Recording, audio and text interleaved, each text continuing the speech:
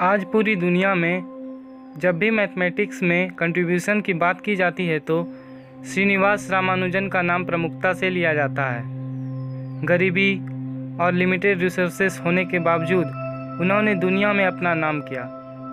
प्राचीन समय से भारत मैथमेटिशियन का घर रहा है। भारत में आर्यभट्ट, भास्कर सेकंड और माधव सहित दुनिया के कई मशहूर मैथमेटिशियन पैदा हुए।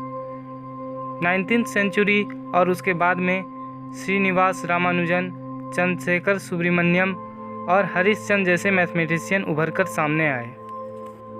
रामानुजन के बायोग्राफी से हमारी शिक्षा व्यवस्था का खोखलापन भी उजागर होता है। 13 वर्ष की छोटी उम्र में अपने मैथमेटिकल एनालिसिस के स्किल से अपने संपर्क के लोगों को प्रभावित किया, मगर भारतीय शिक्षा व्यवस्था ने उन्हें अनसक्सेसफुल डिक्लेयर कर बाहर का रास्ता दिखा दिया था। उनका जन्म 22 दिसंबर 1887 को तमिलनाडु के इरोड में हुआ था। उनके परिवार का मैथ से दूर दूर तक कोई नाता नहीं था।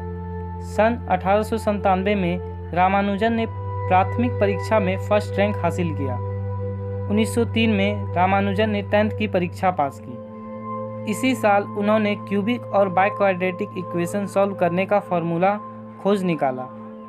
12th के एग्ज़ाम में मैथ को छोड़कर वह दूसरे सभी सब्जेक्ट में फेल हो गए। दिसंबर 1906 में रामानुजन ने एक बार फिर 12th की परीक्षा पास करने की कोशिश की, लेकिन वे कामयाब नहीं हो सके। इसके बाद रामानुजन ने पढ़ाई छोड़ दी।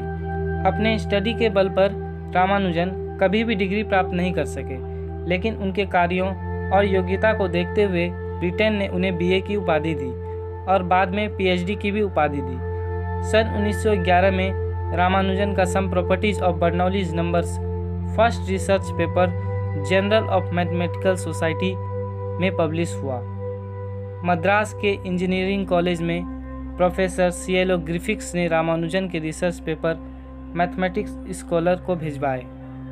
प्रोफेसर हार्डी इस पेपर से इतने प्रभावित हुए कि उन्होंने रामानुजन को कैम्ब्रिज आने का न्योता दे डाला।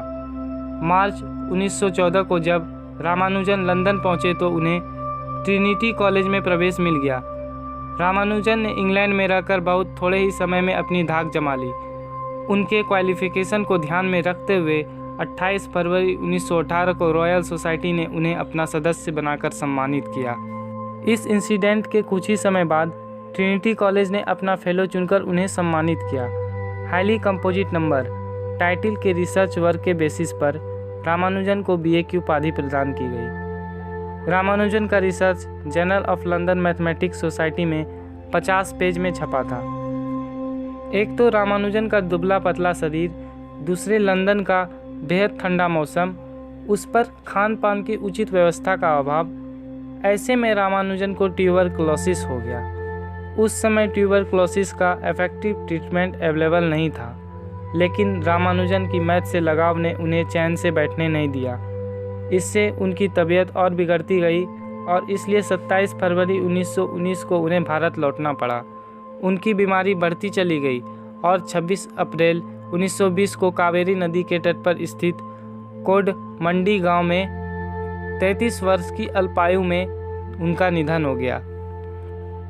उनके एक्सेप्शनल टैलेंट के प्रति रिस्पेक्ट शो करते हुए इंडियन गवर्नमेंट ने प्रत्येक वर्ष उनके जन्म दिवस 22 दिसंबर को नेशनल मैथमेटिक्स डे के रूप में मनाने का फैसला किया है। आज देश की बड़ी संख्या में मैथमेटिशियन की ज़रूरत है। इसके लिए हमें एजुकेशन सिस्टम में सुधार लाना होगा, टैलेंटेड स्टूडेंट को इनकरेज करना होगा ताकि उन्हें रामानुजन की तरह कठिनाइयों का सामना न करना पड़े।